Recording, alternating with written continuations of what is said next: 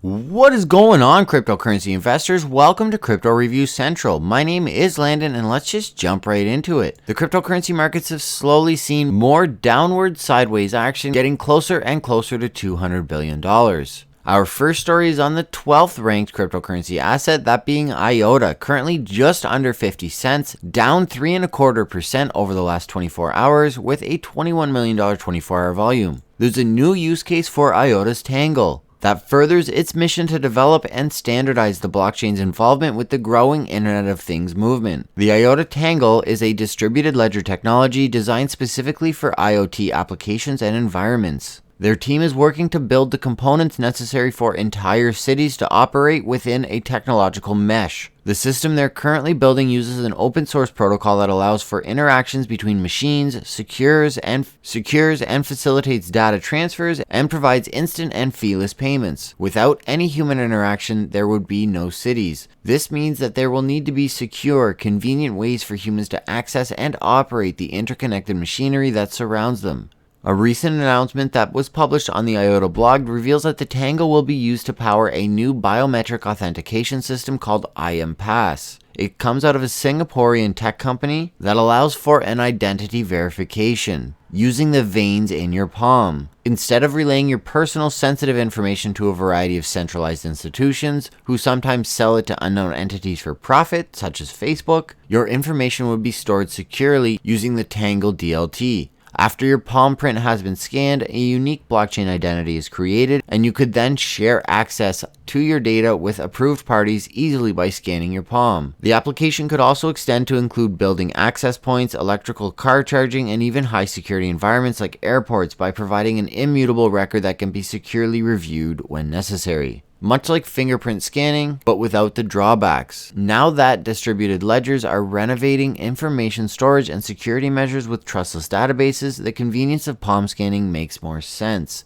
Not only does DLT make biometric technology more appealing for the end user, the business they're interacting with could benefit from the meaningful cost savings that occur once the outdated fees charged by external security services are eliminated. Dominic Sire described his excitement for the partnership within the announcement post, stating that identity is one of the biggest unsolved problems today, as the inability to easily identify, verify, and authenticate causes significant friction for users and service providers worldwide. Not to mention the cost. This is why IOTA is excited about the immerse proof of concept, which uses the IOTA permissionless distributed ledger technology to make identity not only portable, but also gives users access and ownership over their data. He pointed out that real-world applications such as this are necessary if the mass adoption of blockchain technology stands a fighting chance. I don't entirely agree with that, but for an industry that needs to handle both human and machine ID on a mass scale, the feeless transaction capabilities are almost a godsend. Whether IOTA actually is able to capture a sizable chunk of the growing IoT industry remains to be seen.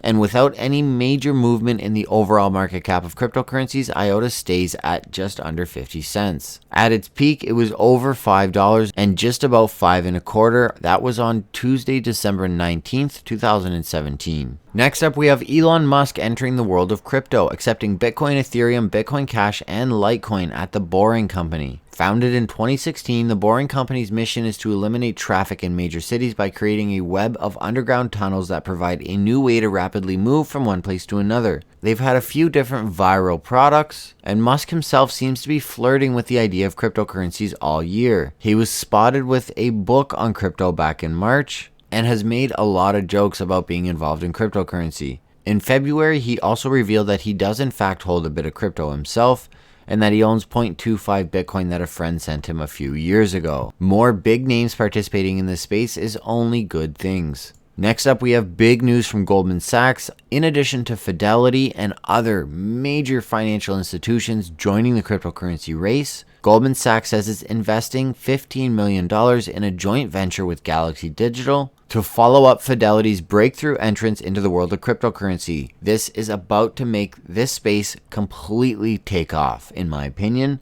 and we will be here at Crypto Review Central reporting the ebb and flow as it happens. Next up, we have some drama from the Tron camp. Justin Sun has confirmed that its secret partnership with Chinese Google Baidu is somewhat of a partnership. Tron is now renting Baidu's cloud services, and there's a bit of controversy around it, some misleading marketing apparently, when Justin Sun wanted the TRX holders to romanticize about who this major partner was, and that this partner had tens of billions of dollars in USD valuation. People were quick to point out Baidu, but them just renting some cloud servers doesn't entirely seem like a partnership, and there is a bit of a backlash on Twitter. Despite that though, there isn't any major price action in TRX, nor is there ever any price action in TRX following any good or bad news.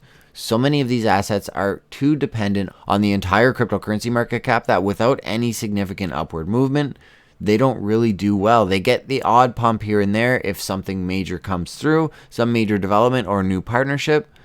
But this recent Tron renting cloud services from Baidu is not going to be enough to help Tron get any sort of sustained pump, or even a temporary pump at that.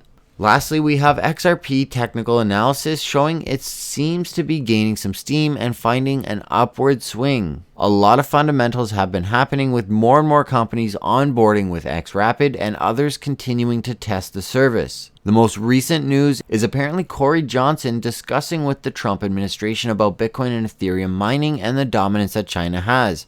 There's not a whole lot of concrete information that we've got out of it other than they're talking and the White House is asking the proper questions. According to Corey Johnson himself, we will keep you up to date if anything new comes out.